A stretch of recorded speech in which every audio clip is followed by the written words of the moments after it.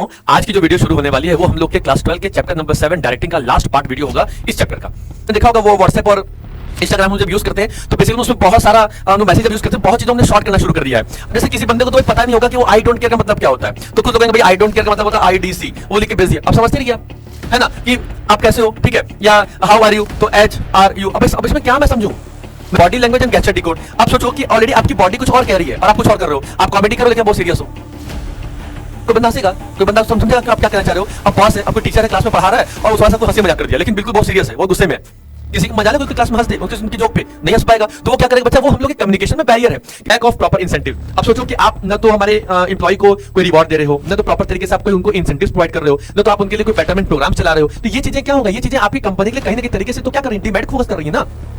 वो बंदा आपकी कंपनी के लिए कम्युनिकेट क्यों करेगा, आपकी कंपनी के लिए इनिशिएटिव्स लेकर के क्यों आएगा, वो आपकी कंपनी को सजेशंस क्यों देगा भाई, क्योंकि पता है कि भाई मेरी बात की, मेरी कम्युनिकेशन की कोई वैल्यू नहीं है, मेरी वैल्यू क्या जीरो है। इससे बेटर ऑप्शन क्या होगा, मैं चुप रहूं। बल्कि कहा जाता है कि जब भी लोग बोले, जब भी आपको कोई कुछ बताए, आपको इसको समझाए, तो सबसे पहले आप अपने पास सुनने की आदत डालिए, बोलने की आदत नहीं। आप होता क्या कि चार लोग के बीच में कम्युनिकेशन हो रहा है, तो उसके बीच में बैठे बैठे हम लोग एक दूसरे के ऊपर फटाक से बीच को आते में ही बातों करके हम अपनी बात करते शुरू कर देते हैं। आप अपनी बात तब रखो जब आपसे कहा जाए, बीच में कूदेंगे तो फिर कभी भी क्या होगा, आपके बात की कोई वैल्यू निकल के आने वाली नहीं है।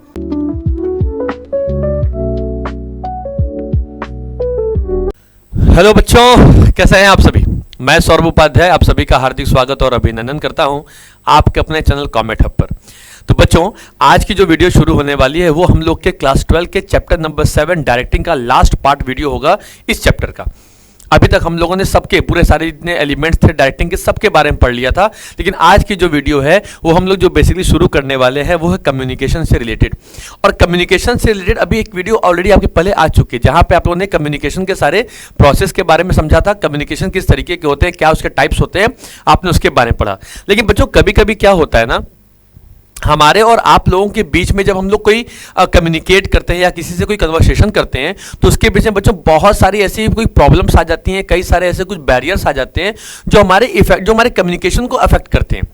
अब देखो कभी कभी होता है ना कि मैंने आपको कहा कि भाई किसी चीज़ की वैल्यू नहीं है, तो वैल्यू का अलग अलग मतलब होता है। भाई तुम्हारी वैल्यू नहीं, अब भाई मैंने तो कह दिया वैल्यू नहीं है, अब वैल्यू किसकी नहीं है, मेरी वैल्यू नहीं है या ये पैसा जो रुपया है उसकी वैल्यू नहीं है। तो आज हम लोग जो पढ़ने वाले हैं वो कम्युनिकेशन के कुछ बैरियर्स के बारे में पढ़ेंगे, कम्युनिकेशन के कुछ प्रॉब्लम्स के बारे में समझेंगे। जैसे कि जो एक सेंडर जब कोई मैसेज कन्वे करता है एज अ रिसीवर के पास, तो रिसीवर किस तरीके से उस मैसेज को पढ़ पाता है, नहीं पढ़ पाता है या बहुत सारी प्रॉब्लम्स हमारे और आपके बीच में होती हैं, तो उन बैरियर्स के बारे में हम लोग समझेंगे।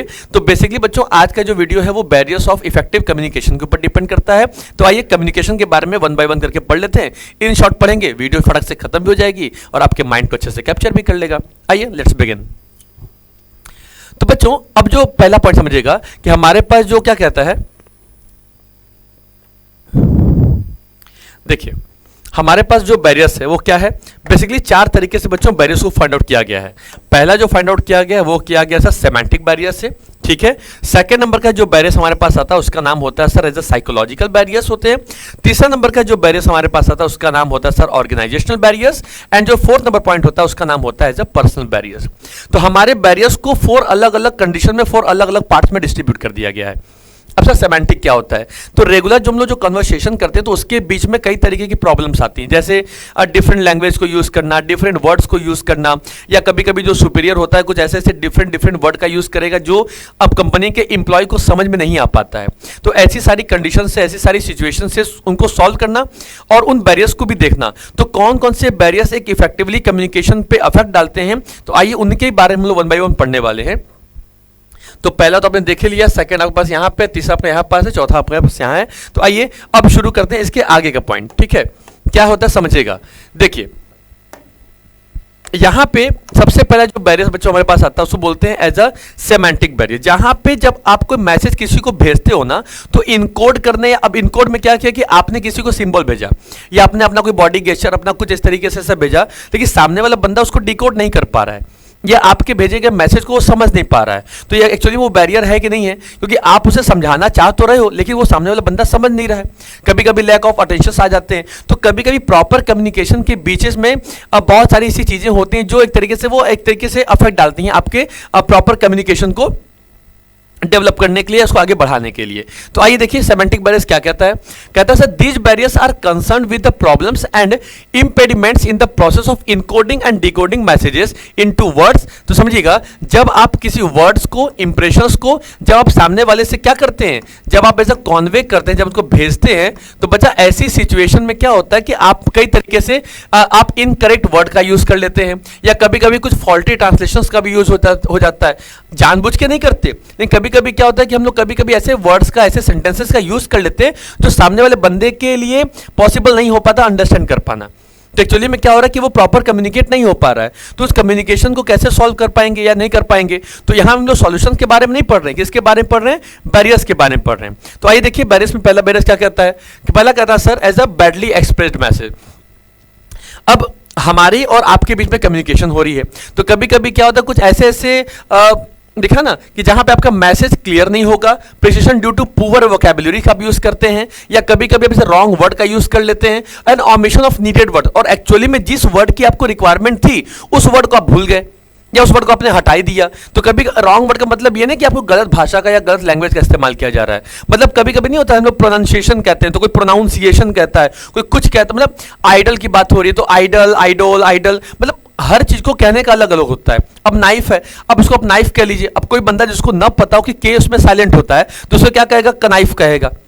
समझ रहे हैं वो चीजें क्या होती है, कभी कभी कुछ वर्ड ऐसे होते हैं, अब वो साइकोलॉजी में पी हमारा साइलेंट है, PSYCHOLOGY होता है ना। अब सोचिए अब जो बंदा जिसको नहीं पता कि, अब एक्चुअली पता तो होता है लेकिन कभी कभी क्या करता है कि वो थोड़ा ऐसे ट्रांसलेशन यूज करता है जिसका मीनिंग सामने वाले बंदे को समझ में नहीं आती है। तो पसाइकोलॉजी, अब पसाइकोलॉजी, अब आदमी अगर डिफरेंशिएशन करना शुरू करे या आदमी अगर उसको पढ़ाना बताना शुरू करे तो उसके डिफरेंट मीनिंग्स निकल के आ जाएंगे और डिफरेंट उसके वर्ड के एक्सप्रेशंस होते हैं। तो ये जो बैरियर्स कहता है बच्चा, तो पहला क्या करता है कि पहला होता है हमारे बीच में बैडली एक्सप्रेस्ड मैसेज। इस मैसेज में प्रॉपर आपकी क्लैरिटी नहीं होती है, प्रॉपर कोई प्रोनाउंसिएशन आपका क्लियर नहीं होता, आप कभी कभी इसमें बहुत ज्यादा रॉन्ग वर्ड का यूज करते हैं, या प्रॉपर वोकैबुलरीज का जो इस्तेमाल होना चाहिए, जो यूज होना चाहिए हमारे और आपके कम्युनिकेशन बीच में, वो नहीं हो पाते। आपने देखा होगा वो व्हाट्सएप और इंस्टाग्राम हम जब यूज करते हैं तो बेसिकली उसमें बहुत सारा हम लोग मैसेज जब यूज करते हैं, बहुत चीज़ों हमने शॉर्ट करना शुरू कर दिया है। अब जैसे किसी बंदे को तो भाई पता नहीं होगा कि वो आई डोंट केयर का मतलब क्या होता है, तो कुछ लोग कहेंगे भाई आई डोंट केयर का मतलब होता है IDC, वो लिख के भेज दिया। अब समझते रहिए आप, है ना, कि आप कैसे हो, ठीक है, या हाउ आर यू, तो HRU। अब इसमें क्या मैं समझूं, मैं नहीं समझ पाऊंगा ना, तो कभी कभी कुछ ऐसा वोकैबुलरीज का ऐसा इस्तेमाल हो जाते हैं। अब ठीक है, मुझे पता है भाई हम लोग कम्युनिकेट करते हैं। अब देखिए जो बंदा बिल्कुल नया आया है, या अब अपने पापा को आप GN लिख के भेज दीजिए, 4 बार फोन कर देंगे क्या है वो, क्या मतलब उसका होगा, क्या नहीं होगा। अब एक्चुअली हमको पता होता है सर कि इसका मतलब हो जाएगा एज अ गुड नाइट हो गया, ठीक है, या सर ऐसे नॉर्मली मान लिया अब GM हो गया, तो GM का आपने जो नॉर्मली क्या मतलब कर लिया, अब इसका नाम कर लिया आप गुड मॉर्निंग कर लिए, ठीक है। लेकिन अब हम लोग बेसिकली ऐसे कम्युनिकेशन में आ चुके हैं जहां पे प्रॉपर हम लोग एक दूसरे से कम्युनिकेट कर पा रहे हैं, समझ पा रहे हैं, जान पा रहे हैं, तो वहां पे क्या होता है कि वहां पे ज्यादा प्रॉब्लम क्रिएट नहीं होती है। लेकिन बहुत सारे लोगों के बीच में जब एक कम्युनिकेशन चल रहा होता है तो उस कम्युनिकेशन के बीच में बैडली एक्सप्रेस्ड मैसेजेस थोड़ा ज्यादा लेवल पे हो जाते हैं। सेकंड क्या कहता है कि symbols is with different meaning. अब सिंबल कुछ है, हमने कहा भाई इफेक्ट की बात की, अब आपने कौन सा इफेक्ट समझा, ये वाला इफेक्ट समझा या आपने ये वाला इफेक्ट समझा। हमने कहा भाई ठीक है, वो तो वो बढ़िया आइडल की बात कर रहे हैं। अब वो कौन से, वो आइडल आदर्श की बात कर रहे हैं, या आइडल नैतिक सिद्धांतों की बात कर रहे हैं, या इंडियन आइडल वाले की बात कर रहे हैं, है ना, तो वो डिपेंड समझेगा। अच्छा आपने ये कह दिया कि भाई ठीक है देखो हम बात कर रहे हैं भाई कि देखिए आप लोग की वैल्यू है, आप लोग की वैल्यू हमको बढ़ानी है। अब हमें क्या करनी है कि आप लोगों की वैल्यू बढ़ानी है। अब भाई वैल्यू कैसे अब आपने क्या समझ लिया कि सर कह रहे हैं वैल्यू बढ़ानी है, तो वैल्यू का मतलब अब आप में डिफरेंट एम्प्लॉइज थे, तो खुद ने कहा अच्छा सर लगता है हमारी वैल्यू बढ़ाएंगे, मतलब हमारी जो गुडविल है, हमारी जो रेपुटेशन है उसको इंक्रीज करेंगे। और कुछ देखा ना ना ना ना यहाँ सर ये वाली वैल्यू बढ़ाएंगे, मतलब हम लोग की इंसेंटिव बढ़ने वाली है, हम लोग की सैलरी बढ़ने वाली है। अब क्या हो गया, आपने सिंबल तो नॉर्मली एक ही यूज किया था लेकिन उसकी मीनिंग्स क्या हो गई, अलग अलग निकल करके आ गई। वो क्या हो गया, the symbols with the different meanings हो गए। तो हम कहना कुछ और चाह रहे हैं, आप बताना कुछ और चाह रहे हो, और समझना आप कुछ और चाह रहे हो, है ना। तो ये हमारे पास अच्छे खासे जो बैरियर्स होते हैं वो प्रॉपर तरीके से आ जाते हैं। तीसरा कहता है सर फॉल्टी ट्रांसलेशंस। कभी कभी क्या होता है इसमें कुछ ऐसे पीपल जो इन्वॉल्व होते हैं ना, वो communication have the different level, कभी कभी डिफरेंट लैंग्वेज का क्या करते हैं प्रॉपर तरीके से वो इस्तेमाल करते हैं, ठीक है। तो प्रॉपर तरीके से देखो इस्तेमाल करने का मतलब यहाँ पे एक छोटी छोटी बात निकल के ये आ जाती है, ठीक है, कि जहां पे एक बहुत बड़े मतलब ऐसे ऐसे वर्ड का इस्तेमाल करना, ऐसे ऐसे ट्रांसलेशन का इस्तेमाल करना जो आपकी समझ से परे है, जो आपको बिल्कुल पता ही ना हो। ठीक है, तो लिखा है ना कि if the people involve in communication have different language proficiencies उनकी अलग होती है, तो the message may be misinterpreted during translation. तो हम लोग जब कभी कभी कोई मैसेज जब कन्वे करते हैं, अब सोचिए कोई ट्रांसलेटर है, समझ रहे हैं। अब आपको पता कि भारत के जो प्रधानमंत्री हैं, अब वो किसी विदेशी दौरे पे जाते हैं, मतलब कोई फॉरेन टूर पे गए और वहां पे जाकर के उनको चाइना में जाना। अब चाइना की लैंग्वेज क्या होती है, चिंग चांग चुंग चांग होगा। ठीक है, तो अब उस लैंग्वेज को हम समझ पाएंगे क्या? नहीं समझ पाएंगे। और हमको जो कहना क्या वो समझ पाएंगे क्या? नहीं समझ पाएंगे। तो इंडियन प्राइम मिनिस्टर क्या होते हैं, वो अपने संग एक ट्रांसलेटर को लेकर संग में जाते हैं। ठीक है, कि भाई एक काम कर, तू मेरे साथ चल। अब ये इतना रिक्वेस्ट नहीं करते, वो ऑलरेडी क्या होगा, बकायदा उनका पूरा पॉलिसी होती है, उनको चलना ही जाना ही पड़ेगा। तो एक ऐसा ट्रांसलेटर होगा जिसको चाइना की लैंग्वेज आती होगी, और वो चाइना वाला बंदा क्या करेगा, उनकी लैंग्वेज को समझेगा और इंडियन लैंग्वेज को प्राइम मिनिस्टर को कन्वे करेगा। फिर जो प्राइम मिनिस्टर ऑफ इंडिया बोलेंगे, इनकी बातों को समझ करके उनको चाइनीज लैंग्वेज में क्या करेगा, प्रॉपर तरीके से मैसेज कन्वे करेगा। लेकिन अगर मान लीजिए कि एग्जाम्पल के लिए कि अगर उस सिचुएशन में या उस वैल्यू में वो समझा कुछ और आपको ट्रांसलेट कुछ और कर दिया, और आपका बोला कुछ और उन सामने वाले बंदे को ट्रांसलेटर कुछ और कर दिया, तो वहां पे वो बैरियर आएगा कि नहीं आएगा? मतलब मैं समझा तो अच्छी चीज है, लेकिन मैं आपको समझा नहीं पाया। तो कभी कभी होता है ना कि कम्युनिकेशन के बीच में हम आपको समझा नहीं पाते। बहुत सारी चीजें सर ऊपर से नीचे की तरफ आ रही हैं, तो बहुत सारी चीजें बीच में छूट जाती हैं कम्युनिकेशन के लिए, तो वो फॉल्टी ट्रांसलेटर हो जाता है।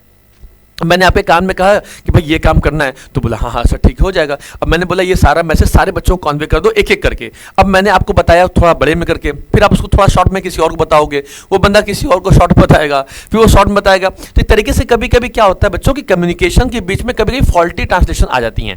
ठीक है, तो जहां पे मैसेज प्रॉपर तरीके से कन्वे नहीं किया जा सकता और सामने वाला बंदा उसको समझ नहीं पाता, तो एक अच्छा खासा ये क्या है, डैमेज हमारा होता है। अगला होता है अनक्लैरिफाइड एजम्पशंस। हाँ देखो, एक सबसे बड़ी बात निकल के ये भी आती है कि मिसअंडरस्टैंडिंग बहुत ज्यादा ऑक्योर होता है। Make assumptions about the receiver's understanding of the message without clarification.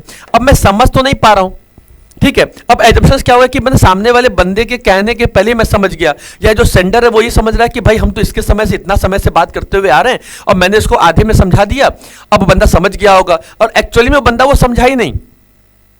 कभी कभी क्या होता है कि हम लोग जब किसी से कम्युनिकेट कर रहे होते हैं या बातें कर रहे होते हैं, तो उस कम्युनिकेशन और बातों के बीच में एक छोटा सा गैपिंग हो जाता है कि हम सामने वाले बंदे को आधा लिखेंगे, और मैं ये बात को एक्सपेक्टेशन करता हूं कि मैंने जब आधा लिखा तो सामने वाला बंदा वो समझ जाएगा, लेकिन वो बंदा समझने को तैयार ही नहीं है ना। तो हमारी जो कम्युनिकेशन जो इफेक्टिवली तरीके से आपके पास जाने वाली थी ऑलरेडी क्या हो गई, खत्म हो गई, जीरो हो गई। ठीक है, तो ये एजम्पशंस हो जाते हैं जो जहां पे आपके एजम्पशंस क्या हो, अनक्लैरिफाइड हो जाए, क्या होते हैं, जो क्लियर ना ही हो। अगला क्या है, टेक्निकल जार्गन। बच्चों ये जागरण नहीं है, ये जार्गन है। हाँ कभी कभी होता है कि आप लोग लिख देते हैं उसको गलती से, बहुत सारे बच्चों ने हमेशा कंप्लेन, हम लोग जब कॉपी क्वेश्चन में देखते हैं तो बहुत सारी चीजें ऐसी आती हैं जहां वो जागरण लिखे होते हैं, तो जागरण नहीं है, जार्गन है। मतलब कभी कभी कुछ ऐसे ऐसे वर्ड का यूज करना, डिफिकल्ट वर्ड का यूज करना जिसको एक्चुअली में सबको नहीं पता होता। जैसे कि मान लीजिए कोई एक फाइनेंशियल एम्प्लॉय वाला बंदा है, तो वो कह रहा है सर कि आज मेरी ROI है वो मुझे 15% मिली है। अब यहाँ पे ROI का मतलब क्या हो गया, तो ROI का मतलब हो गया सर रेट ऑफ इंटरेस्ट या सर रिटर्न ऑन इन्वेस्टमेंट। अब सोचो कि जो नॉन फाइनेंशियल एम्प्लॉय, मतलब जिस बंदे का फाइनेंशियल से कोई लेना देना नहीं है, जैसे आप कॉमर्शियल स्टूडेंट्स हैं और आप जाकर के साइंस वालों को कुछ बताइए कि हमारी ROI इतनी रुपई है, बंदा समझ ही नहीं पाएगा। तो आप ऑलरेडी क्या कर रहे हैं, कभी कभी आप टेक्निकल वर्ड का यूज करते हैं। ROI छोड़िए, आपने कहा सर कि हमारे कंपनी की जो EBIT है वो सर 50 लाख रुपीज है, 50 लाख रुपए हमारे EBIT। अब भाई अब जो बंदा फाइनेंशियल से रिलेटेड होगा, या आप जो ऑलरेडी फाइनेंशियल मार्केट या मैनेजमेंट पढ़ेंगे, तो आपको समझ में आएगा कि सर कि इस EBIT का मतलब क्या होता है। EBIT का मतलब होता है earning before interest and tax. तो हमको तो पता होगा जो बंदा फाइनेंशियल से अरेंज करेगा, लेकिन सोचो जो बंदा नॉन फाइनेंशियल है, मतलब जो बंदा कभी कॉमर्स पढ़ा नहीं, जाना नहीं, देखा नहीं, बस कोई पैसा लिया, पैसे ट्रांजेक्शन किया, सामान खरीद के लाया, इससे ज्यादा वो कभी नहीं कुछ कर पाए, तो क्या आप समझ पाएंगे क्या। तो कभी कभी टेक्निकल वर्ड का यूज होता है कि if EBIT is 50 lakh rupees and ROI is 15%, तो what is the make exceptions of the share capital और प्रेफरेंस कैपिटल, क्या प्रीफर करेंगे, बोरो फंड्स या ओनर फंड, समझ रहे हैं। तो वो क्या होता है, आप कभी कभी टेक्निकल वर्ड करते हैं, बंदा सब तो समझ गया, लिखा रहा है ये EBIT क्या है, ये ROI क्या है, तो आप समझ नहीं पाते हो ना। तो ROI मतलब हो गया रिटर्न ऑन इन्वेस्टमेंट, और EBIT क्या हो गया, earning before interest and tax. तो हम समझ पाते हैं। तो कभी कभी सर साइंस वाले भी तो ऐसा होते हैं जो नॉर्मल शॉर्ट लैंग्वेज का यूज करते हैं, ठीक है, या कुछ शॉर्ट टेक्निकल वर्ड का यूज करेंगे कि सामने बंदा समझ जाए। तो भाई जो साइंस वाले बंदे वो तो समझ लेंगे, हम लोग और आप लोग कैसे समझेंगे। इसलिए ये टेक्निकल jargon ये भी हम लोग के कम्युनिकेशन में एक अच्छा खासा क्या करता है, सबसे बड़ा बैरियर निकल करके आता है। अगला कहता है बच्चा body language and gesture decode. अब सोचो कि ऑलरेडी आपकी बॉडी कुछ और कह रही है और आप कुछ और कर रहे हो, आप कॉमेडी करो लेकिन आप बहुत सीरियस हो, कोई बंदा हंसेगा, कोई बंदा समझेगा कि आप क्या कहना चाह रहे हो। अब बॉस है, अब कोई टीचर है क्लास में पढ़ा रहा है और वो थोड़ा सा कोई हंसी मजाक कर दिया लेकिन बिल्कुल बहुत सीरियस है, बहुत गुस्से में है, किसी की मजा ले कोई क्लास में हंस दे उनकी जोक पे, नहीं हंस पाएगा तो वो क्या करेगा बच्चा, वो हम लोग के कम्युनिकेशन में बैरियर है कि मतलब सॉरी हमारी जो कम्युनिकेशन के बीच में जो एक इफेक्टिवली जो चीजें आती हैं उसको वो डैमेज करता है। डैमेज करने का मतलब इन द सेंस बच्चा ये हो गया कि हमारी बॉडी लैंग्वेज क्या कुछ और रही है, आप समझ कुछ और रहे हो, या मैं आपको एक्सप्रेस ही नहीं कर पा रहा हूं कि मैं क्या कहना चाह रहा हूं और आप उस चीज के बारे में आप उसमें कंफ्यूज हो गया, क्या कहना चाह रहे हैं, ये बताना क्या चाह रहे हैं। उन्हें एक मैम अरे कहना क्या चाहते हो, ये वो वाली बात आ गई। ठीक है, तो सबसे बड़ा क्या हो गया कि इसमें आपका एक वर्बल या नॉन वर्बल आपका मैच ही नहीं करेगा, आप कह कुछ और रहे हो और आपका बॉडी लैंग्वेज कुछ और बता रहा है। नहीं होता, कभी कभी घर में बैठे हो, पापा हमारे आसपास हो, कोई दोस्त आ जाओ, दोस्त को पता ही नहीं कि पापा अंदर बैठे हैं, अब मैं उसको समझा रहा हूँ भाई पापा है, लेकिन वो बंदा नहीं अपने ही फ्लो में चला हुआ आ रहा हुआ है। तो कभी कभी क्या होता है कि वो बीच में छोटे छोटे से अब वो बंदा समझ नहीं रहा है क्योंकि ऑलरेडी मेरी बॉडी इस जगह ऐसी बैठी हुई है कि बस मैं उसे आई कॉन्टेक्ट करके बता पा रहा हूँ और मेरी आई कॉन्टेक्ट उस चीज़ को एक्सप्रेस ही नहीं कर पा रही है और न तो बंदा वो मुझे बात को समझ पा रहा है। समझ रहे हैं? तो कभी कभी क्या होता है बच्चा कि जो आपका वर्बल और जो नॉन वर्बल जो कम्युनिकेशन है या जो आपकी बॉडी लैंग्वेज और आपका जो एक्सप्रेशन है, जो कम्युनिकेशन है, वो जब मैच नहीं करेगा तो वहां पे सबसे बड़ा बैरियर निकल करके आ जाता है। क्लियर है बात? आगे बढ़े, चलिए ये वाला पॉइंट खत्म हो गया सेमेंटिक बैरियर्स। आइए सेकंड नंबर बैरियर्स पे, अगर आपको इसका एक स्क्रीनशॉट लेना तो आप ले लीजिए फटाक से, फिर हम लोग तुरंत आगे बढ़ेंगे सेकंड नंबर पॉइंट पे। इसका नाम होगा एज अ हमारे पास साइकोलॉजिकल बैरियर। चलिए आगे आइए। देखो बच्चों, अब ये साइकोलॉजिकल बैरियर क्या कहता है, ये देखो भाई मनोवैज्ञानिक मतलब आपका एक साइकोलॉजिकल फेनोमेनन है जहां पे आपका एक मेंटल प्रोसेस काम करेगा। आप मेंटली चीजों को प्रॉपर तरीके से तो हम ऑब्जर्व कर लेते हैं या तो एनालिसिस कर लेते हैं या तो सबसे पहले से ही प्री मैच्योर जान देंगे, इवेल्युएट कर लेंगे पहले से ही, तुमने मैसेज आधा बोला और आधे में ही मैं समझ गया। समझ में आई बात? तो ये चीजें थोड़ा सा डैमेज कर सकती हैं, हाँ या ना दोनों केसेस में। तो आइए देखिए समझिए क्या लिखा हुआ है कि साइकोलॉजिकल बैरियर्स में इसको बोलते हैं बच्चा एक इमोशनल बैरियर्स भी कहते हैं। क्या कहते हैं? ये हमारे लिए एक इमोशनल बैरियर्स भी होता है। अब आइए देखिए इसी के बारे में थोड़ा पढ़ना है और समझते हैं। कहता है कि sir this barriers arise from the emotional and mental state. इसमें दो चीजें देखिएगा, एक आपका इमोशनल होगा और इसमें आपका जो सेकंड पॉइंट होगा वो क्या होगा, वो आपका होगा एज अ मेंटल स्टेट को, जो सेंडर और रिसीवर के बीच में होता है। तो क्या कहता है पहला पॉइंट, कहता है सर प्री मैच्योर इवोल्यूशन, मतलब सामने वाला बंदा अभी तक अपनी बात खत्म भी नहीं किया और आपने उसके मैसेज को पहले से इवेल्युएट कर लिया। हाँ मैं समझ गया, तुम यही तो कहना चाह रहे थे, तुम यही तो बताना चाह रहे थे। नहीं भैया, मैं एक्चुअली में कुछ और कहना चाह रहा था, आपने उसको कुछ और समझ लिया। तो जब हम प्री मैच्योर इवेल्युएट कर लेंगे तो ये हमारे लिए सबसे बड़ा बैरियर होता है। अब सामने वाला बंदा, अब हम आदत से ऐसी हो गई है कि हम किस मैसेज पे कौन सा रिएक्शन देंगे या किस मैसेज पे कौन सा रिएक्शन नहीं देंगे, और कभी कभी जो मैसेज हम ऑलरेडी आपसे कन्वे कर रहे हैं, मैसेजेस कर रहे हैं। देखो मैं बार बार ऐसे मैसेज की बात क्यों कर रहा हूँ, क्योंकि आज की बेसिकली मतलब जो 90% जो कन्वर्सेशन जो होते हैं या कम्युनिकेशन होती है वो ऑलरेडी सोशल मीडिया एप्लीकेशंस पे होती है। तो जब भी हम लोग दूसरे से जब कोई कांटेक्ट करते हैं, मैसेज करते हैं, तो हम लोग हर एक छोटे, चाहे वो इमोजी हो, चाहे वो सिंबल्स हो, चाहे वो कोई भी एक छोटी से हमारा कन्वर्सेशन, हमारे लिखने का स्टाइल हो, हम सामने वाला बंदा पहले समझ जाएगा कि बंदा नाराज है, गुस्सा है, खुश है, क्या नहीं है। अरे बस समझ में? तो ये प्री मैच्योर इवैल्यूएशन, कभी कभी चीजें आधे में ही समझ लेना कभी कभी वो हानिकारक होता है। आई बस आधा सच खतरा, पूरा सच जानो समझो। कभी कभी जो चीज देखी जाती है जरूरी नहीं कि वो चीजें हकीकत में सही हो, ठीक है। तो कहीं कुछ और जाती है, सुनाई कुछ और जाती है, समझी कुछ और जाती है। तो तीनों का एक अलग अलग परसेप्शन बनेगा। तो सबसे पहले क्या करता है बच्चा कि judging the message before listening to the entire information. अब आपने पहले ही मैसेज को जज कर लिया, कब? Before listening. अब सुना तो नहीं पहले से, लेकिन पहले से जज कर लिया, अच्छा तुम सही कर रहे हो, हाँ लगता तुम्हारे कहने का मतलब यही होगा। तो कम्युनिकेशन आधी ही बीच में रुक गई और आधे में ही आपने मैसेज समझ लिया, और एक्चुअली में उसके कहने का मतलब वो सेंस नहीं था जो एक्चुअली में वो कहना चाह रहा था। तो क्या हो गया, एक सबसे बड़ा बैरियर आपके सामने निकल करके आ जाता है पूरे इंटायर कम्युनिकेशन में, जिसमें क्या करता है वो डिस्टॉर्टेड एज अंडरस्टैंडिंग। तो अंडरस्टैंडिंग की जो पावर होती है बाबू, वो क्या होती है, बिल्कुल कम हो जाती है, जीरो हो जाती है, ठीक है। आइए सेकंड नंबर पॉइंट पे क्या कहता है, कहता है सर लैक ऑफ अटेंशन। अब सोचो कंपनी के अंदर एम्प्लॉय बैठा हुआ है, एम्प्लॉयर बैठे हुए हैं। अब एम्प्लॉयर और जो एम्प्लॉय है एक तरीके से, अच्छा कभी कभी क्या होता है कि एम्प्लॉय बहुत ज्यादा अटेंशन नहीं देता, बॉडी से तो यहाँ पे है, दिमाग से कहीं और पे है, ठीक है। हम लोग क्लास में पढ़ा रहे हैं तो कुछ लोगों का ध्यान तो सर क्लास में बिल्कुल प्रॉपर इफेक्टिव रहेगा, और कुछ लोग सर ऑलरेडी बैठे तो हैं, बस पढ़ा रहे हो, उनका मुंह ऐसे बना हुआ है। अब वो एक्चुअली क्या है, सर बोल रहे हैं समझ में आया, हाँ आया, लेकिन एक्चुअली उसको समझ में कुछ नहीं आया। रीजंस क्या है कि सर क्योंकि ऑलरेडी वो फिजिकली तो ऑलरेडी वहां पे क्या है वो अवेलेबल है, लेकिन मेंटली ऑलरेडी क्या है वो कहीं और अवेलेबल है। ठीक है, लड़ाई झगड़ा मारपीट कुछ भी तमाम सारी चीज़ें हो सकती हैं आज की डेट में। तो इससे बहुत सारी जो जनरेशन जो आज के चल रही हैं, तो इसमें फ्रेंडशिप में कभी कुछ हो, लड़ाई झगड़ा हो गया, कभी कुछ कंपेनियनशिप में ऐसी चीज़ें हो जाती हैं। तो बाबू याद रखिएगा कि कभी कभी ये लैक ऑफ कोऑर्डिनेशन, कोई सामने वाला बंदा कम्युनिकेट कर तो रहा है, हमसे बात कर तो रहा है, लेकिन हमारा ध्यान ही नहीं है उसके ऊपर। तो कभी कभी क्या होता है, उसकी बातें जो अब उन्होंने जो भी बात बोली, कही, समझाई, सुनाई, वो ऑलरेडी क्या हो गया, मेरे पास से बिल्कुल जीरो हो गया, गायब हो गया। वो क्या हो गया, लैक ऑफ हमारा अटेंशन को ज़्यादा ज़्यादा क्लेरिफाई करेगा। अगला क्या करता है बच्चा, as a loss by transmission and poor retention. अब देखो कभी कभी क्या होता है ना कि देखो लिखा हो कि इंफॉर्मेशन कैन बी लॉस्ट और inaccurately transmitted when it passes through various level. अब मैंने आपको बताया कुछ और, जैसा भी मैंने आपको बताया ना कि बच्चों एक काम करिएगा, 40-50 लोग का ग्रुप था, मैं उनका लीडर था, तो मैंने अपने किसी एक बेस्ट स्टूडेंट को बुलाया, उनके इधर बेटा, और मैंने उसे कान में कुछ बातें बताई और 2 मिनट मैंने उससे प्रॉपर कन्वर्सेशन किया। मैंने कहा देखो ये सारा मैसेज वो 40 बच्चे जो है सब तक पहुंचा दो, एक एक करके सबके पास पहुंचा दो। अब मैंने आपको बताया 2 मिनट तक, अब जरूरी नहीं कि वो बंदा भी सामने वाले को 2 मिनट ही बताएगा, वो क्या करेगा, हमारे सारे मैसेज को काट छाट करके जो इंपॉर्टेंट पॉइंट रहेगा वो उसको बता देगा। अब तीसरा वाला बंदा उससे भी ज्यादा चालाक था, वो क्या किया, उन मैसेज को और काट छाट करके सामने वाले को और शॉर्ट बता दिया। तो धीरे धीरे जो मैसेज एक तरीके से यहां से 2000 वर्ड में निकला था, कितने वर्ड में, और वो जाकर के सामने वाले बंदे जो लास्ट वाला बंदा था उसके पास जाके बस पहुंचा सर 20 वर्ड में। क्यों, अब ये सोचिए क्या हो गया। तो ऑलरेडी सर जो उसमें जो मेन इंपॉर्टेंट चीजें होंगी, जो मेन कम्युनिकेशन का हिस्सा होगा, उससे क्या हुआ कि मैसेज जल्दी कन्वे करने के चक्कर में, मैसेज जल्दी पास करने के चक्कर में क्या हो गया, सारा का सारा हमारी कहानी वहां पे क्या हो गई, चौपट हो गई। तो जो मेन इंफॉर्मेशन था, जो मेन कम्युनिकेशन था, वो ऑलरेडी क्या हो गया, जीरो हो गया, आउट हो गया। ठीक है, ये चीजें होती है हमारे लॉस बाय ट्रांसमिशन को लेकर के। अगला कहता है बच्चा डिसट्रस्ट। देखो कभी कभी क्या होता है ना कि lack of mutual trust and confidence between the sender and receiver can lead to the receiver deriving an opposite meaning from the message as they may be suspicious of the sender's motivation।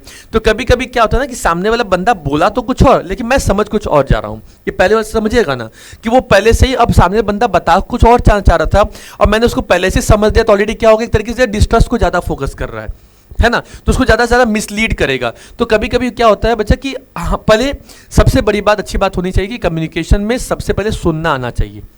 अगर किसी बंदे ने अगर सुनने की ताकत रख ली या सुनना जिसको आ गया, वो सबसे बेस्ट कम्युनिकेटर निकलेगा। इसलिए कहा जाता है कि जब भी लोग बोलें, जब भी आपको कोई कुछ बताए, आपको कोई इसको समझाए, तो सबसे पहले आप अपने पास सुनने की आदत डालिए, बोलने की आदत नहीं। आप होता क्या कि 4 लोग के बीच में कम्युनिकेशन हो रहा है, तो उसके बीच में बैठे बैठे हम लोग एक दूसरे के ऊपर फटाक से बीच को आधे में ही बात काट कर हम अपनी बात रखने शुरू कर देते हैं। आप अपनी बात तब रखो जब आपसे कहा जाए, बीच में कूदेंगे तो फिर कभी भी क्या होगा, आपके बात की कोई वैल्यू निकल के आने वाली नहीं है। इसलिए ध्यान रखिए कि कम्युनिकेशन में सबसे बेस्ट इंपॉर्टेंट जो फैक्ट होता है वो होता है सर लिसन, सुनना। जितना ज्यादा आपकी लिसनिंग पावर अच्छी होगी, उतना ज्यादा आपकी कम्युनिकेटिंग पावर इंक्रीज होगी। जितना ज्यादा आप लोगों की बातों को बीच में काट के प्री मैच्योर आप इवेल्युएट कर लोगे, पहले से ही जज कर लोगे उनके सुनने बोलने से पहले, तो हमेशा एक तरीके से आज नहीं तो कल आपको क्या होगा, एक तरीके से आप गड्ढे में गिरोगे, क्योंकि आपने कम्युनिकेशन को प्रॉपर तरीके से सुना नहीं, आपने उसको प्रॉपर तरीके से अटेंशन दिया नहीं। एक तरीके से ये साइकोलॉजिकल बैरियर है, ये आपका कोई सेमेंटिक बैरियर्स में नहीं आता। किसमें आता है, जिसमें आपको बेसिकली साइकोलॉजिकल, मेंटल और आपके इमोशन ऑलरेडी पड़े हुए हैं। हो जाता है सर कम्युनिकेशन, मम्मी कुछ बोल रही है, पापा कुछ बोल रहे हैं, मैंने उनकी बात को आधे में ही काट के बोल दिया, हाँ हाँ मुझे पता, ठीक है मैं लेते आऊंगा। अरे क्या लेते आऊंगा, हो सकता है कि मम्मी हर बार उस समय पे कुछ और सामान मंगाती है, इस बार सर कुछ और बोल दिया था, अब मैं समझा कि नहीं तो वही लेके सामान लेके आना था, मैं मार्केट में गया, जाके सामान लाके पटक दिया, लो भाई ले आए। मैं बोली नहीं बेटा मैंने तो ये बोला ही नहीं था, तो अब तो बात खत्म। अरे नहीं तुम तो यही बोली थी भाई, ऐसे कैसे बोला था, तो वहाँ पे बात क्या आएगी, तो चीज़ें थोड़ा सा वहाँ पे करेक्ट होंगी ना। तो इसलिए डिस्ट्रस्ट चीज़ें ज़्यादा मिसलीड हो जाती है ऐसी सिचुएशन में कि जब हम सामने वाले बंदे के भेजे गए सारे मैसेज को अगर प्रॉपर तरीके से नहीं सुनते हैं तो। क्लियर है, चलिए आगे बढ़ते हैं। तो ये 2 हमारे बैरियर्स हो गए। आइए इसका भी एक स्क्रीनशॉट लीजिए, फिर हम आगे बढ़ते हैं 3rd नंबर पॉइंट पे।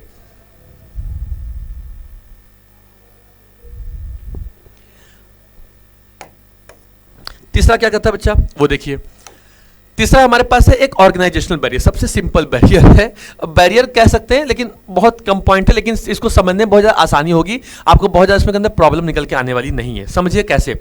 ऑर्गेनाइजेशन में क्या होता है, पॉलिसी होती है, फ्रेमवर्क होते हैं, बजट होता है, डिसिप्लिन होता है, रूल्स होते हैं, रेगुलेशंस होते हैं, इन्हीं चीज़ों को पढ़ा जाता है ना। बस उन्हीं चीज़ों को अगर आप ऐड करेंगे, समराइज कर देंगे तो क्या निकल के आ जाएगा? ऑर्गेनाइजेशनल बैरियर्स आ जाएगा। देखिए समझिए उसके बारे में क्या कहता है कि these are the barriers inherent the structure, rules and environmental of the organisation. ये ऑर्गेनाइजेशन के बच्चे किसके बारे में बात कर रहे हैं? एनवायरमेंटल, रूल और उसके स्ट्रक्चर के बारे में बात करेंगे। तो जहां पे किसी ऑर्गेनाइजेशन का स्ट्रक्चर, रूल और उनका एनवायरमेंट डेवलप होगा, बातें की जाएंगी, वहां पे क्या होगा? ऑर्गेनाइजेशनल बैरियर के बारे में बात करेंगे। मतलब अब एक ऑर्गेनाइजेशन है जहां पे एम्प्लॉय भी है और जहां पे एम्प्लॉयर भी है, तो दोनों के बीच में ऑर्गेनाइजेशन को लेकर के कुछ ना कुछ कम्युनिकेशन में बैरियर्स आ सकते हैं। उन्हीं बैरियर्स के बारे में पढ़ने वाले हैं। क्या देखिए पहले लिखा हुआ है ऑर्गेनाइजेशनल पॉलिसी। अब आप कहेंगे सर कि ऑर्गेनाइजेशन में किस तरीके का बैरियर? वहां तो लोग काम करते ही करते हैं, पॉलिसी समझते ही हैं, रूल्स लिखते हैं। नहीं बच्चा, होता क्या, कभी कभी कुछ ऑर्गेनाइजेशन की जो ऐसी पॉलिसीज होती है वो बहुत ज़्यादा रिजिड नेचर की होती हैं। अब बहुत ज़्यादा रिजिड नेचर की होने की वजह से एम्प्लॉय क्या करता है कि वो बस कुछ इंपॉर्टेंट पॉलिसी के बारे में ही जानता है और बाकी सारे अपने पॉलिसी के बारे में वो जानने की कोशिश नहीं करता है। इससे क्या होता है कि जो मेन इंफॉर्मेशन होती हैं, जो मेन पॉलिसीज होती हैं, वो सामने वाले एम्प्लॉय को पता ही नहीं होता है। अब देखिए क्या लिखा हुआ है कि अ रिजिड और अनसपोर्टिव कम्युनिकेशन पॉलिसी, जैसे हाईली सेंट्रलाइज स्ट्रक्चर होगा, बस सारा का सारा जो स्ट्रक्चर होगा बस केवल जो टॉप लेवल मैनेजमेंट हो बस वही कुल फॉलो करेगा, वही आपके लिए प्लान इंप्लीमेंट करेगा, वही सारे डिसीजंस लेगा, वही सारी अथॉरिटी लेगा, ठीक है। That does not encourage that the free flow of communication. और क्या आपके ऑर्गेनाइजेशन में जहां पे फ्री फ्लो नहीं होता, क्या चीज? जहां पे आपका फ्री फ्लो कम्युनिकेशन, जहां पे आपका इन्वॉल्व नहीं होता है, वो क्या होता है? एक तरीके से वो आपका ऑर्गेनाइजेशन पॉलिसी, भाई वहां पे कोई एम्प्लॉयर से बात नहीं कर सकता, एम्प्लॉयर एम्प्लॉय से बात नहीं करेगा, एम्प्लॉय से बात नहीं करेंगे। समझ में आ रही बात? मतलब कोई तीनों एक दूसरे से कम्युनिकेट नहीं करेंगे। बस कोई प्रोफेशनल लेवल से आप कंपनी में आए हैं, प्रोफेशनल लेवल पे 6 घंटे की, 8 घंटे की, 9 घंटे की, 10 घंटे की जो भी ड्यूटी है वो ड्यूटी दीजिए और ड्यूटी देने के बाद तुरंत अपना बैग पर घर निकल जाइए। बाहर जाके मेजरली डजंट मैटर, लेकिन हमारे ऑर्गेनाइजेशन का हमारा रूल ऐसा कहता है कि भाई हमारे कंपनी में अगर आप काम कर रहे हैं तो हमारे कंपनी में काम करने के अकॉर्डिंग जो भी आप हमारे कंपनी में काम करेंगे उसमें आपको प्रॉपर तरीके से अटेंशन देना होगा, ठीक है। लेकिन हमारा जो नेचर बहुत ज्यादा रिजिड, आप किसी से कम्युनिकेट नहीं कर पाएंगे। अब सोचो जहां पे फ्री फ्लो ऑफ कम्युनिकेशन ना हो, हमें कोई चीज समझ में नहीं आ रही तो मैं पूछूं कैसे, मैं जानूं कैसे? तो कभी कभी बहुत ज्यादा हाईली सेंट्रलाइज स्ट्रक्चर होता है जो हमारी और आपकी कम्युनिकेशन के बीच में सबसे बड़ा बैरियर लेकर के आता है, वो होती है ऑर्गेनाइजेशन की पॉलिसी। वो बात ही करने नहीं देते सर किसी को। वो कहते हैं भाई नहीं, हमारा लंच का बिल्कुल रिजिड नेचर है, 15 मिनट में आपको लंच देंगे, खाना हो खाओ, नहीं खाना हो मत खाओ, तो अपने घर हो अपने घर रहेंगे, बात खत्म। 6:45 की ड्यूटी है, 6:40 तक आपको यहाँ पे रिपोर्ट कर जाना है। अगर आप 6:45 के बाहर आएंगे तो आप काम करिए, अपने पास रहिए। तो बच्चा कभी कभी क्या होता है, बहुत सारी कंपनियों के जो नेचर होते हैं, जो पॉलिसी होती है, बहुत ज़्यादा रिजिड लेवल की होती है। क्या होती है? रिजिड मतलब बहुत ज़्यादा डिफिकल्ट टाइप की है, बहुत ज़्यादा एकदम स्ट्रिक्ट टाइप की होती है। तो ऐसी पॉलिसीज़ को एक्सेप्ट करने में एम्प्लॉयज़ और एम्प्लॉय बीच में थोड़ा सा मिसकम्युनिकेशन चीज़ें डेवलप हो जाती हैं। दूसरा क्या कहता है? Rules and regulation. अब सोचिए कि किसी पर्टिकुलर रूल्स या प्रॉपर तरीके से रेगुलेशन को फॉलो करने में, कम्युनिकेशन पास करने में या कन्वे करने में डिले हो जाता है। और कंपनी की जो रूल्स है, जो रेगुलेशंस हैं, वो भी बहुत ज़्यादा रिजिड हैं, बहुत ज़्यादा एज अ कम्बरसम प्रोसीजर से, मतलब वो चीज़ें जो समझ में ना आ पाएँ, या बहुत सारी ऐसी चीज़ें होती हैं जो बहुत ज़्यादा डिफिकल्टीज होती है, बहुत सारे उसमें टेक्निकल वर्ड का यूज इस्तेमाल होता है, बहुत सारी टेक्निकल चीज़ों का इस्तेमाल हमारी कंपनी में बहुत इफेक्टिव तरीके से होता है। तो वो क्या होता है, जो कंपनी का रूल्स और जो रेगुलेशन होगा, तो वो क्या होगा, उस कंपनी का सबसे बड़ा बैरियर है कि आपको प्रॉपर तरीके से कम्युनिकेट करने का वो मौका नहीं दे रहा है। तो क्या लिखा हुआ है कि regarding the channels and subject matter of communication can cause delays and act as a barrier. तो क्या होगा कि सोचो कि नहीं, अब हमारी कंपनी में प्रॉपर तरीके से एक स्केलर चेन को फॉलो किया गया। किसको फॉलो किया गया? अब सोचिए, अब आप कम्युनिकेशन करने के लिए आप स्केलर चेन को फॉलो करते हैं, ठीक है। अब आपने स्केलर चेन फॉलो किया तो अब आप अपने बॉस को बता रहे हो, फिर अपने बॉस को बता रहे हो, फिर अपने बॉस को, फिर अपने बॉस को। अब सोचो ये इन्फॉर्मेशन मुझे तुरंत भेजनी थी 10वें नंबर वाले हमारे एम्प्लॉय को। अब जब तक मैं ये सारा इन्फॉर्मेशन बॉस को दूंगा, फिर वो सेंट्रलाइज जाएगा, फिर सेंट्रलाइज होकर फिर नीचे नीचे पावर आएगा, डिसेंट्रलाइज लेवल पे आएगा, तब तक तो सर बहुत सारा डिले हो जाएगा। और जब हम कम्युनिकेट ऑन टाइमिंग पे नहीं कर पाएंगे, जब मुझे इमरजेंसी अभी है, तो सर बाद के समय में वो क्या होगा, हमारी कंपनी के लिए बैरियर हो जाएगा। तो सबसे बड़ा हमारे कंपनी के लिए क्या हो गया, वो डैमेज हो जाएगा, हमारी कंपनी के लिए लॉस हो जाएगा। तो ये एक्ट एज अ बैरियर का इस्तेमाल काम होता है, ठीक है। आपका स्टेटस, कभी कभी क्या होता है कि जो आपका सुपीरियर होता है, ठीक है, वो सबऑर्डिनेट से ज्यादा बात नहीं करना चाहता, और जो सबऑर्डिनेट होता है वो बहुत ज्यादा सुपीरियर से बात नहीं करना चाहता। उनको लगता है कि भाई एक स्टेटस बिलोंग करता है ना, भाई एक बॉस है, वो सोचता है कि भाई मैं अगर कंपनी में काम कर रहा हूं या कंपनी के अंदर बैठा हूं, तो मैं छोटे लोगों से क्यों बात करूं, मैं छोटे लोगों से क्यों ज़्यादा इतना उनको मुंह लगाऊं, होते हैं कभी कभी कुछ। तो उससे क्या हो कि प्रॉपर कम्युनिकेशन नहीं हो पाता, फिर एम्प्लॉय समझता है कि यार हम किस कंपनी के अंदर काम करें जहां पे हमारी कोई रिस्पेक्ट नहीं, हमारी कोई गुडविल नहीं, हमारी कोई इज्जत नहीं होती।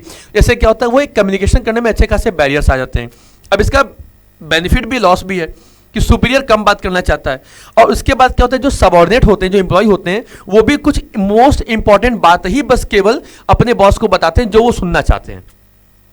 आई बस में जिससे कम्युनिकेशन का बहुत सारा जो हिस्सा, बहुत सारा भाग जो हमें बताना चाहिए था कि सामने वाला बंदा समझ पाए, क्योंकि सामने वाला बंदा तो हमसे कम्युनिकेट करना चाह ही नहीं रहा है ना, इसलिए क्या कर रहे हैं कि प्रॉपर तरीके का स्टेटस बीच में आ जा रहा है।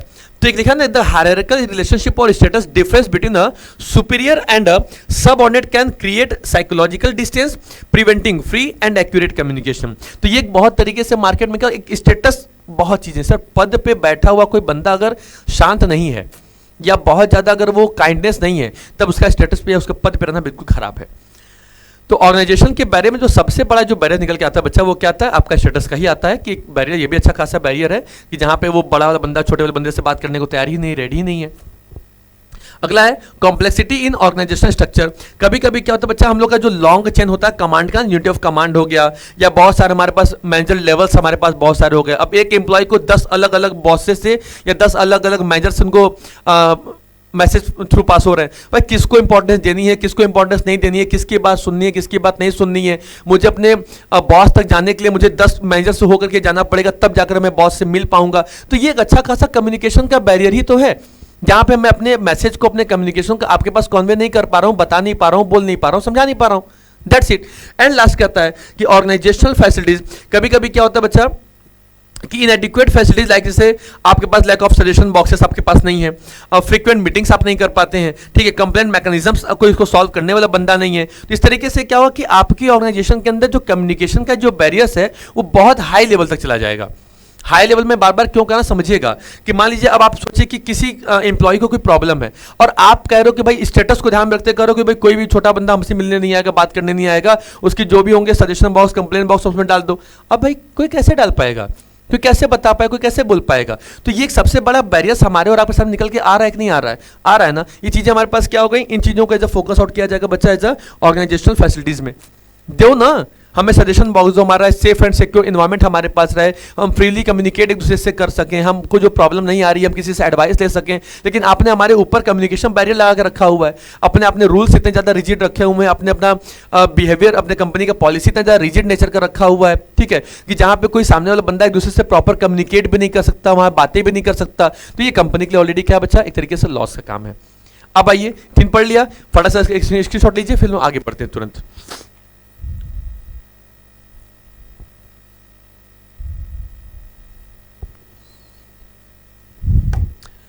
आइए बच्चा, चौथा नंबर कहता है सर पर्सनल बैरियर्स। ये क्या कहता है, देखिए एक चीज ध्यान रखिएगा, कम्युनिकेशन में जो सबसे ज्यादा मोस्ट इंपॉर्टेंट होता है, जब हम कम्युनिकेशन कर रहे होते हैं ना, या क्या कर रहे होते हैं एक दूसरे से, तो कम्युनिकेशन में सबसे ज्यादा इंपॉर्टेंट बात एक चीज होती है, क्या होती है कि जो बात नहीं कही गई है उससे ऑब्जर्व करिए। जो बात कही गई वो तो सब कुछ सुनता है, लेकिन जो बात नहीं कही गई उसे सुनिए। कही बातें सब कुछ सुन लेता है, अनकही बातें जो सुन ले वो बेटर कम्युनिकेटर है या बेटर लिसनर है। इसलिए कहा जाता है कि जितना ज़्यादा आप अच्छे से पहले किसी कम्युनिकेशन को सुनेंगे, चाहे वो मीटिंग हो, वेबिनार हो, सेमिनार हो, क्लासेस हो, कोचिंग हो, स्कूल हो, एक्सेट्रा, कोई भी चीज़ हो, मीटिंग्स हो रही हो, आपको जब तक न कहा जाए तब तक सुनिए, सीखिए लोगों से।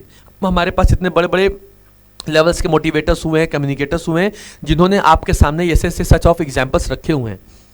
तो good listener is creating to the very best communicator. But एक गुड जो लिसनर, जो सबसे बढ़िया सुनने वाला बनता होगा, वो सबसे बढ़िया कम्युनिकेटर होगा।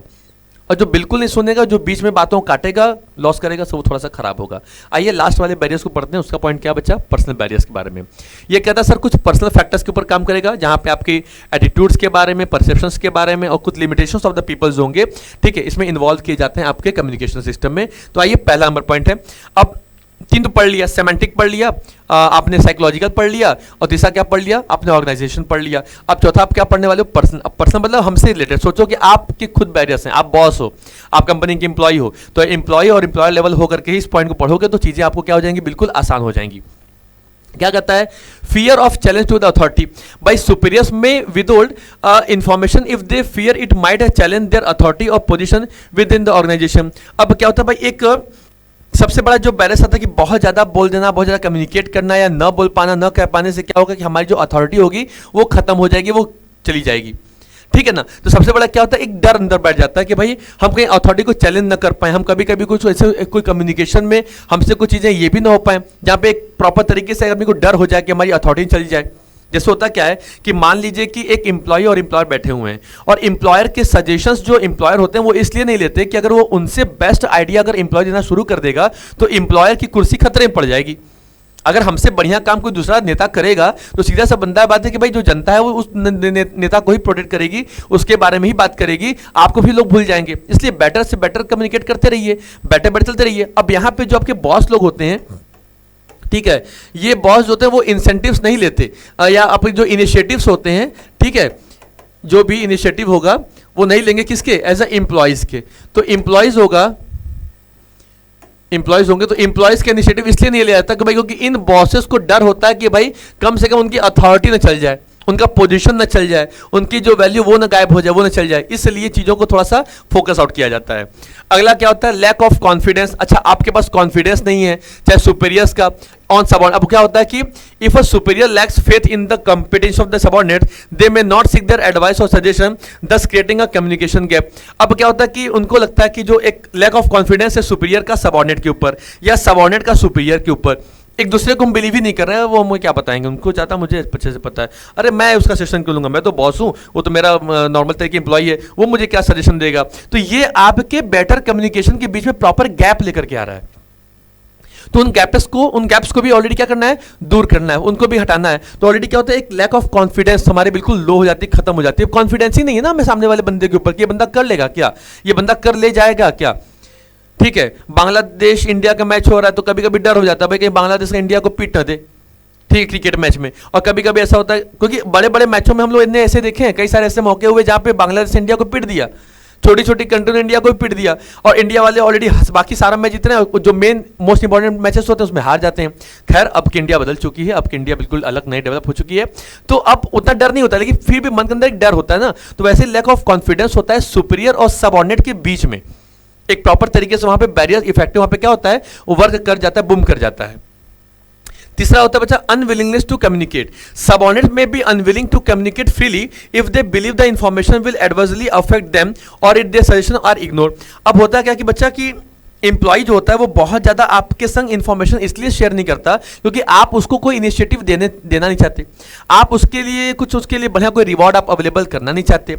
उसके बाद आप क्या करते हो कि प्रॉपर तरीके से कम्युनिकेट नहीं करते, जो केवल आपको सुनना चाहता है बस आप बस वही सुनना चाहते हो। और मोस्ट ऑफ द इन्फॉर्मेशन जो होती है ऑलरेडी उसकी आप लैकिंग कर देते हो, लैकिंग मतलब वो खराब कर देते हो, खत्म कर देते हो।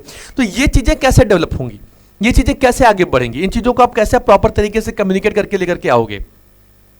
तो क्या होता है कि सबसे पहला क्या होगा, अनविलिंग। अब यहाँ पे जो एम्प्लॉय का जो मॉरल है, एम्प्लॉय का जो वैल्यू ऑलरेडी क्या हो रहा है, डाउन हो रहा है, वो तो खत्म हो रहा है ना, धीरे धीरे ऑलरेडी क्या हो रहा है, तरीके से वो माइनस होते चला जा रहा है। इससे उनकी जो क्रिएटिविटी है, इससे उनकी जो वैल्यू जो ऑलरेडी क्या होती है जाती है, धीरे कम होती चली जाती है। ठीक है, अब सोचिए कि आप उनको इंपॉर्टेंस नहीं दे रहे हैं, आप उनके सजेशंस नहीं ले रहे हैं, आप उनके इनिशिएटिव्स नहीं ले रहे हैं, बहुत सारी जो चीजें हैं आप उनकी बातों को आप इग्नोर कर दे रहे हो। ठीक है, बंदा आपके एम्प्लॉय बैठा हो, सर ऐसी ऐसी बात, ऐसी ऐसी चीजें हैं, वो आप उसको इग्नोर किए जा रहे हो, उसको बंदा बोल नहीं रहे हो, तो बंदा आपसे कम्युनिकेट क्यों करेगा। आप हर चीज को प्रॉपर तरीके से आप कहां ले रहे हो, एक तरीके से अपने ऑर्गेनाइजेशन के ऊपर बैरियर्स ऊपर ले रहे हो। तो ये चीजें जो है थोड़ा सा आपकी कंपनी के लिए डैमेज कर सकती हैं। एंड लास्ट पॉइंट कहता है बच्चा लैक ऑफ प्रॉपर इंसेंटिव। अब सोचो कि आप न तो हमारे एम्प्लॉय को कोई रिवॉर्ड दे रहे हो, न तो प्रॉपर तरीके से आप कोई उनको इंसेंटिव्स प्रोवाइड कर रहे हो, न तो आप उनके लिए कोई बेटरमेंट प्रोग्राम चला रहे हो। तो ये चीजें क्या होगा, ये चीजें आपकी कंपनी के लिए कहीं ना कहीं तरीके से तो क्या कर रही है, डीमैट फोकस कर रही है ना।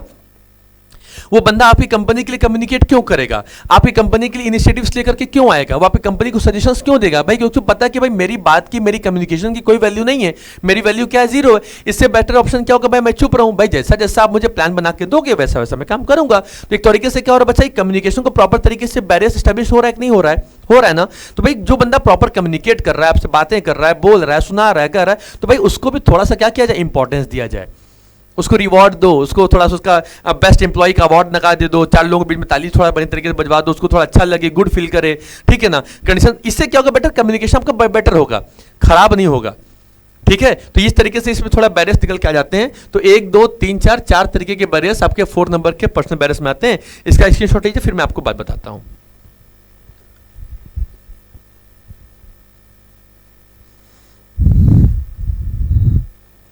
चलिए भाई, अब आगे आ जाते हैं फटाक से।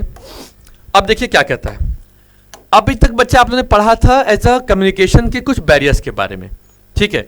अब आप क्या पढ़ेंगे, कुछ इफेक्टिव कम्युनिकेशन के उसमें इफेक्टिव कैसे हो। अब सोचे, अब आपने ये तो बता दिया सर, आपका मन में क्वेश्चन होगा ना कि सर बैरियर्स तो बता दिए सर हमारे और हमारे दोस्तों के बीच में, सर बैरियर्स तो बहुत अच्छे खासे सर, तमाम तरीके के बैरियर्स होते हैं सर, लेकिन इन बैरियर्स को दूर कैसे करें सर, है ना, प्रॉपर तरीके से सर कैसे चीज़ों को सॉल्व करें, कैसे चीज़ों को आपके सामने रखें, ठीक है, कम्युनिकेट कैसे करें। तो बेटर कम्युनिकेट कैसे हो सकता है सर, जहाँ पे प्रॉपर बैरियर हमारे पास ना आए या बैरियर्स को हम ज़्यादा डेवलप ना कर पाएं।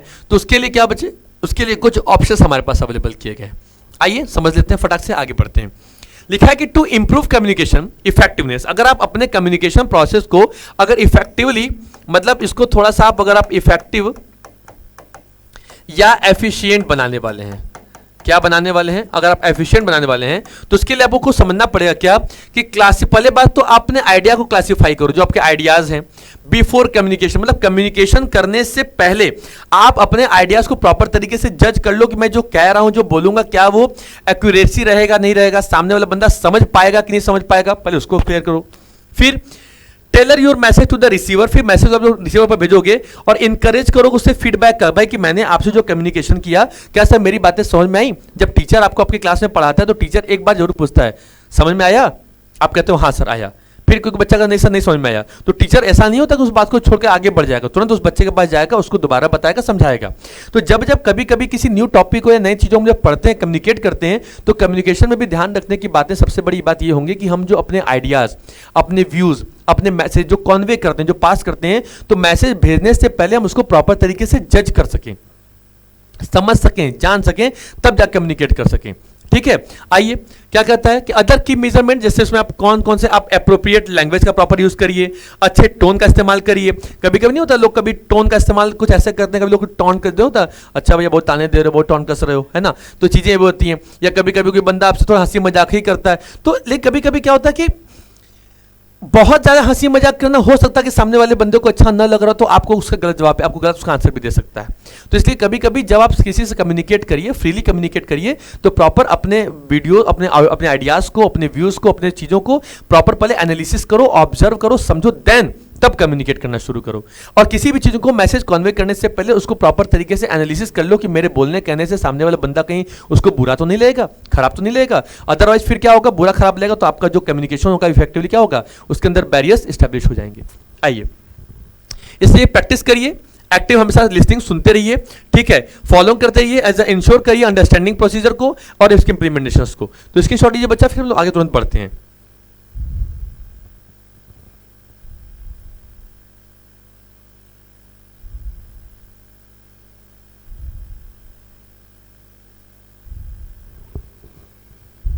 आगे बढ़े, चलिए।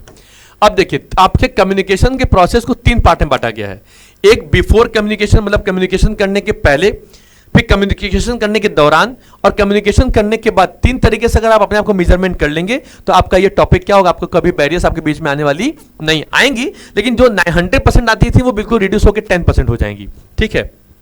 पहला बच्चा, जब आप कम्युनिकेट करते हो तो प्रॉपर तरीके से पहले आप अपने सारे आइडियाज और व्यूज को पहले क्लैरिफाई कर लो, पहले क्लियर कर लो भाई कि हम जो मैसेज आपके संग कन्वे करने वाले हैं, जो समझने वाले हैं, जो बातें आपके संग शेयर होने वाली है, चाहे वो मोटिवेशन को लेकर के हो, चाहे वो किसी आइडियाज को लेकर के हो, व्यूज को लेकर के हो, तो सर हमारे और आपके बीच में सारे आइडियाज पहले तो मतलब मैसेज कन्वे करने के पहले, कम्युनिकेट करने के पहले हम मैसेज को प्रॉपर तरीके क्या कर लें, एक तरीके से उसके पहले क्लैरिफाई कर सकें, उसको मगर बाकायदा क्लीन कर, पहले क्लीन भी समझ लीजिएगा एंड क्लियर कर लीजिएगा, ठीक है, कि जो बोलूं कहूंगा सामने वाले बंदे को प्रॉपर तरीके से उसको समझने में, उसको करने में आसानी हो।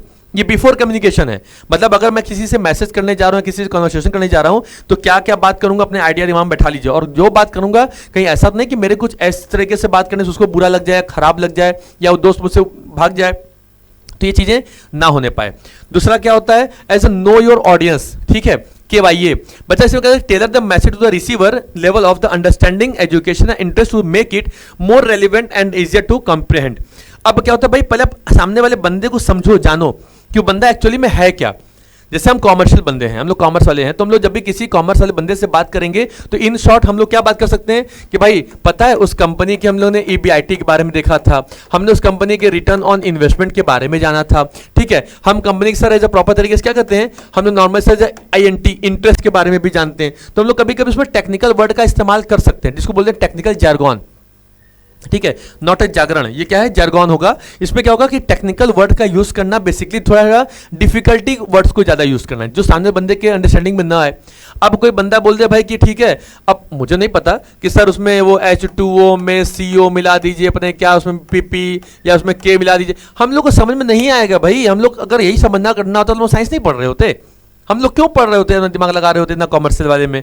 तो कभी कभी जब हम सामने वाले बंदे से कम्युनिकेट करें तो ये समझ लें कि सामने वाला बंदा कितना एजुकेटेड है, नॉलेजेबल है, प्रोफेशनल है, उसको हिंदी प्रॉपर तरीके से समझ में आ रही है कि नहीं आ रही है, जो मैं लिख रहा हूँ आ रहा हूँ नहीं आ रहा हूँ, है ना। कभी कभी क्या होता है, अब सामने बंदा पूछूंगा, हाँ भाई हाउ आर यू, ये लिख दिया, ठीक है, IDC लिख दिया सर एज GN, ठीक है, लिख दिया सर GM। अब भाई ये शॉर्ट लैंग्वेज है, मुझे समझ में नहीं आएगा और सामने वाला बंदा प्रॉपर तरीके से समझ नहीं सकता, है ना। बहुत सारी चीजों को हमने आजकल व्हाट्सएप और स्नैप और इंस्टाग्राम पे कम्युनिकेशन के चक्कर में हर वर्ड को प्रॉपर में छोटा छोटा करना शुरू कर दिया है। अब इससे क्या होता है कि जिससे हम प्रॉपर कम्युनिकेट डेली कम्युनिकेट करते हैं वो तो बंदा समझ लेगा, लेकिन अब वो आदत पड़ी हुई है, अब वो कम्युनिकेशन किसी और से करेंगे तो अब आदत हैबिट पड़ी हुई है, अब वो हैबिट हम किसी और से इस्तेमाल कर रहे हैं तो सामने वाला बंदा क्वेश्चन मांगला पूछेगा, भैया ये क्या है, ये क्या पूछे, ये क्या कहे। इसलिए सबसे पहले आप अपने ऑडियंस को जानो कि जिससे आपको कम्युनिकेट करना है उसके पीछे रीजन क्या है, वो आपकी बातों को समझ पा रहा है कि नहीं समझ पा रहा है। एंड अगला पॉइंट बच्चा, कंसल्ट अदर। उसके पहले क्या करिए, इन्वॉल्व सबऑर्डिनेट्स और other relevant people in the planning process to increases acceptance and cooperation. तो सबसे पहले कंसल्ट कर लीजिए अदर से, जब आप कोई प्लानिंग बना रहे हो, कोई कम्युनिकेशन कर रहे हो, ऑर्गेनाइजेशन के अंदर आप बैठे हैं या प्रॉपर कम्युनिकेशन को लेकर के आप आगे चल रहे हैं, तो ऐसे समय में आप अपने पास इंप्लॉयज को भी बैठा के संग में चलिए, उनके भी कुछ इनिशिएटिव्स आइडियाज को भी लेकर चलिए कि भाई देखो कल की डेट में अगर हम लोग इस मुद्दे पे बात करेंगे, ऐसे चीजों को लेकर के आएंगे तो आपको चीजें समझ में पहले से आ जानी चाहिए। इसलिए पहले हम कंसल्ट पहले से ही करके चलेंगे। ये कब होगा, ये अभी कम्युनिकेट नहीं कर रहे हैं, कम्युनिकेशन करने के पहले वाली सीढ़ी है। अब आइए हम लोग कम्युनिकेशन करने के बाद वाली सीढ़ी क्या करते हैं, थोड़ा उसके बारे में भी समझ लेते हैं।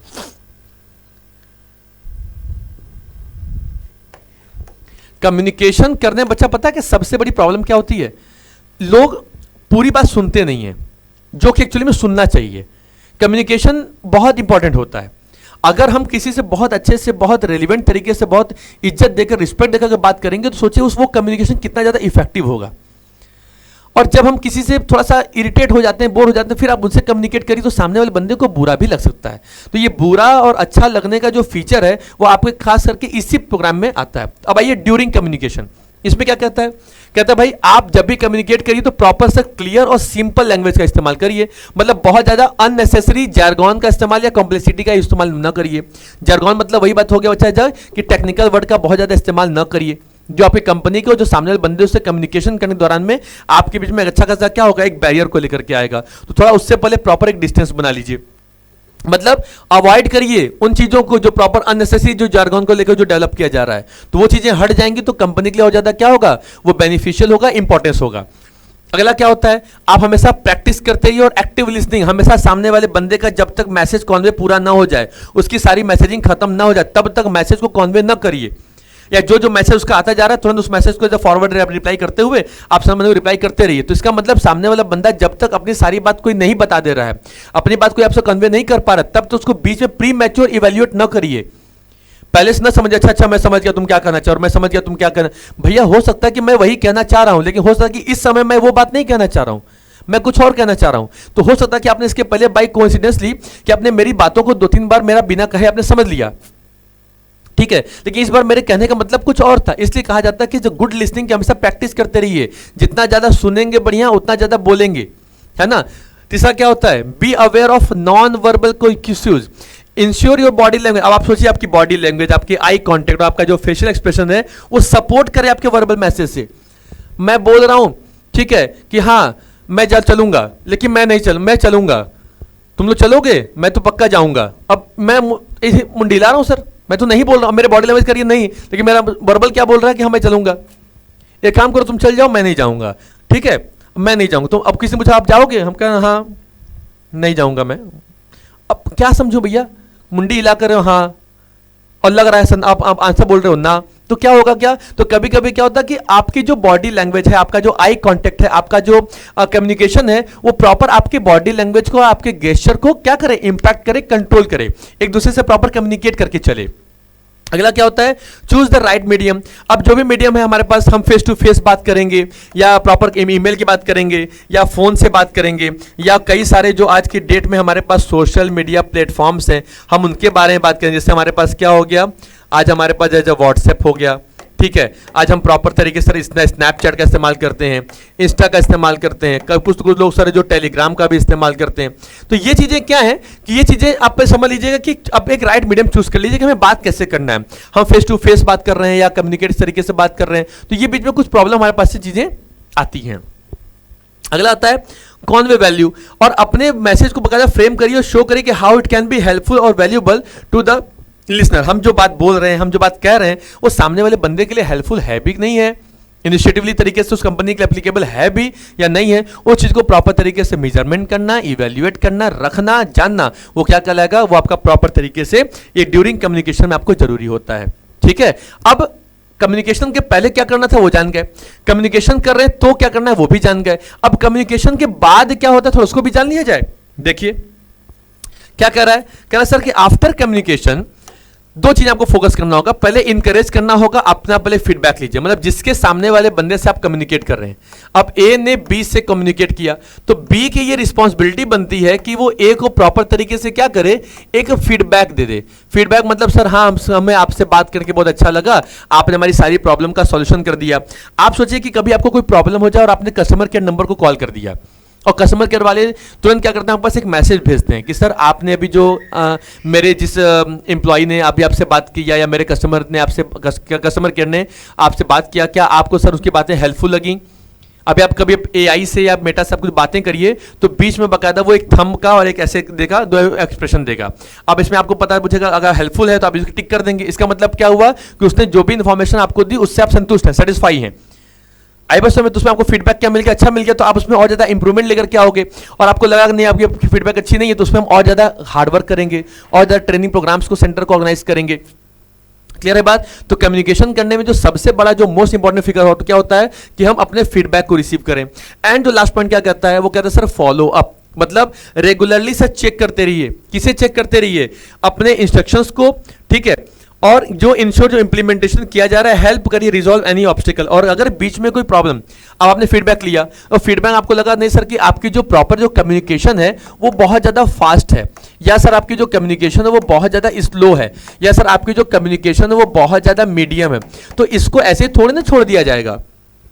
नहीं छोड़ेंगे, क्या करेंगे, हर एक एक पॉइंट के बारे में, हर एक एक चीजों को लेकर के ऑब्जर्व करेंगे, एनालिसिस करेंगे, और क्या होगा वो हमारी कंपनी के लिए बेनिफिशियल होगा कि जो हमारे पास रिजल्ट आया है, जो हमारा फीडबैक आया, उस फीडबैक के ऊपर हम क्या करें, अपना 100% वर्क करें, कंसीडर करें, वो हमारी कंपनी के लिए क्या होगा, बेनिफिशियल हो जाएगा। Is it clear? तो ये होगा आपको बच्चा आफ्टर कम्युनिकेशन आपको चीजें थोड़ा फोकस करना पड़ेगा। और आप लोगों के लिए एक बहुत बड़ा सा थैंक यू, ठीक है, वो थैंक यू इस बात का कि आपने इस पूरे चैप्टर को प्रॉपर 5-6 पार्ट में पढ़ा, अच्छे से पढ़ा, समझिए, जानिए, और जहां जहां पे आपको कोई प्रॉब्लम लग रही है तो आप बिल्कुल उसको अपने कमेंट सेक्शन में बिल्कुल शेयर करिए, बातें बताइए, बोलिए, कहिए। हम उस प्रॉब्लम्स को दोबारा फिर से उसको सॉल्व करने की कोशिश करेंगे, आपको समझाने की कोशिश करेंगे। तब तक बच्चों आज की वीडियो में हम लोगों ने डायरेक्टिंग के चैप्टर को प्रॉपर तरीके से क्लोज कर लिया। तो बस पार्ट 1 के एक चैप्टर से हम लोग और अधूरे रह गए हैं, उसका नाम है कंट्रोलिंग। बस उसको भी एक वन शॉट में लाकर के आपके सामने प्रेजेंट कर दिया जाएगा, तो वो भी क्या हो जाएगा आपका जो पार्ट 1 कंप्लीट। फिर तुरंत हम लोग आ जाएंगे पार्ट नंबर 2 पे, जहां हम कंज्यूमर प्रोटेक्शन के बारे में पढ़ेंगे, मार्केटिंग के बारे में पढ़ेंगे और फाइनेंशियल के बारे में पढ़ेंगे, जो सबसे मोस्ट और बेस्ट इंपॉर्टेंट होगा। ठीक है बच्चा, तब तक आप लोग खूब स्वस्थ रहिए, मस्त रहिए, व्यस्त रहिए, खूब बढ़िया से पढ़िए।